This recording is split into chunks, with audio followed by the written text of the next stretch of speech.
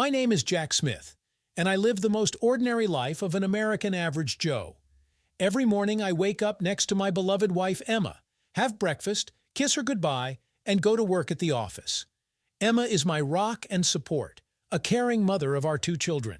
We live in a small, cozy house on the outskirts of New York. Our neighborhood is quiet and peaceful. On weekends, we like to walk in the local park or invite friends over for a barbecue. At first glance, everything in our life is perfect. But lately I've noticed that my mother-in-law, Alice, has been visiting us more often. Initially, she just helped Emma around the house and babysat the grandchildren. But soon, Alice started inviting me to keep her company on walks more and more frequently. "Come on, Jack, you need to get more fresh air," Alice would wink at me, extending her hand. "Will you keep an old lady company?" It was hard to refuse, looking into those mischievous blue eyes, so similar to my wife's. So I agreed, and we took long walks in the park, chatting about everything. Alice turned out to be a witty and interesting conversationalist. These walks became our little secret. We didn't tell anyone about them, keeping our budding connection hidden. At first, I convinced myself that there was nothing like that between us. But deep down, even then, I understood. This was just the beginning of something forbidden and exciting. My meetings with Alice became more and more frequent. Now we met not only for walks in the park, but also in cafes, museums, and sometimes even in my office if she accidentally came to the city. We discovered surprisingly many common interests, from French cinema to politics. "You know, Jack, you're very lucky with your wife.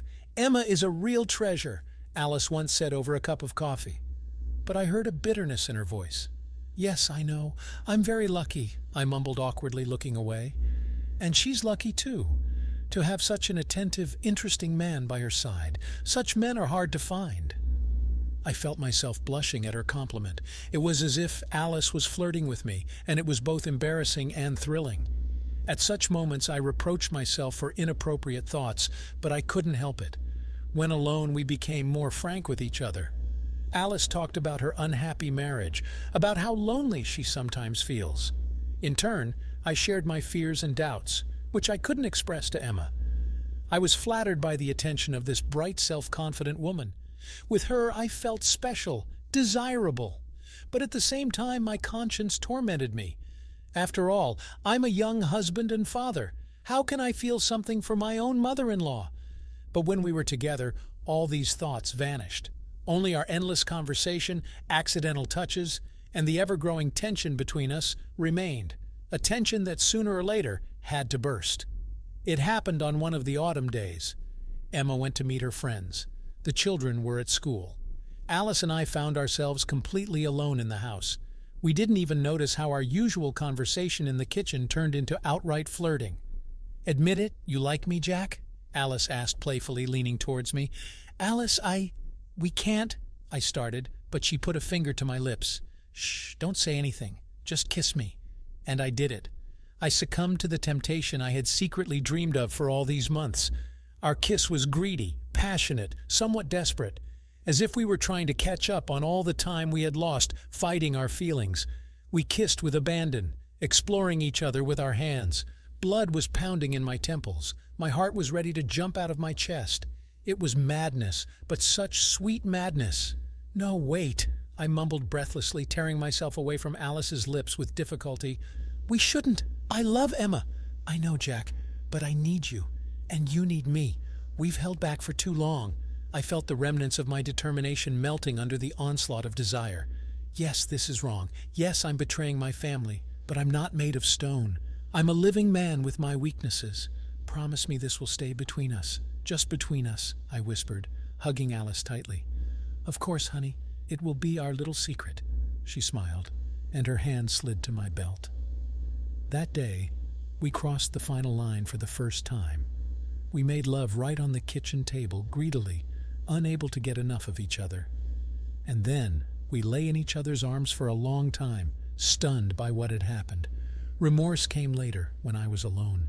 I felt like the last bastard, to so treacherously deceive my wife, to succumb to lust. But at the same time, I was looking forward to a new meeting with Alice. I knew that now I would not be able to avoid her, and I don't want to. The days flowed as usual. I still went to work, spent time with the children, and spent time with Emma. We watched TV series together, went shopping, made love. From the outside, our family life looked perfect. But now it had turned into a farce. Because at the first opportunity, I ran to a secret rendezvous with Alice. We met in cheap motels on the outskirts, in the woods outside the city, at her house when no one was there. I became a virtuoso liar. Urgent meetings at work, an unscheduled outing with friends to a bar, trips to clients in another city.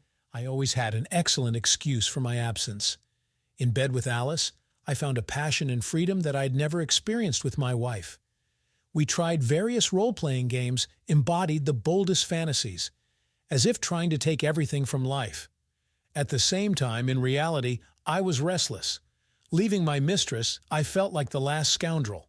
And returning home, I blamed myself for missing her. And so again and again, in an endless circle. Emma suspected that something was wrong with me. She increasingly asked why I was staying out late and whether I was really going where I said I was going. "Do you have someone else, Jack? I don't understand anything anymore," she once snapped. "What nonsense, honey. I have no one but you," I assured her, hugging my wife. I lied to her face, looking into her eyes. I think she believed me. But who knows how long I can deceive the closest people? And do I want to continue this deception? The longer this double life goes on, the more terrified I am of myself. I need to decide something. I still couldn't hide my relationship with Alice for long. Emma accidentally stumbled upon my second phone, which I used to communicate with my mistress.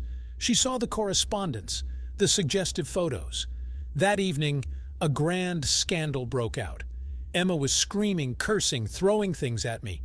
She called me a liar and a scoundrel. She threatened to file for divorce, to deprive me of parental rights, but most of all, she was shocked by who I was cheating on her with. "My own mother! How could you, Jack? How could you both do this to me?" I silently endured all the reproaches. And what could I say in my defense? Nothing, except the truth.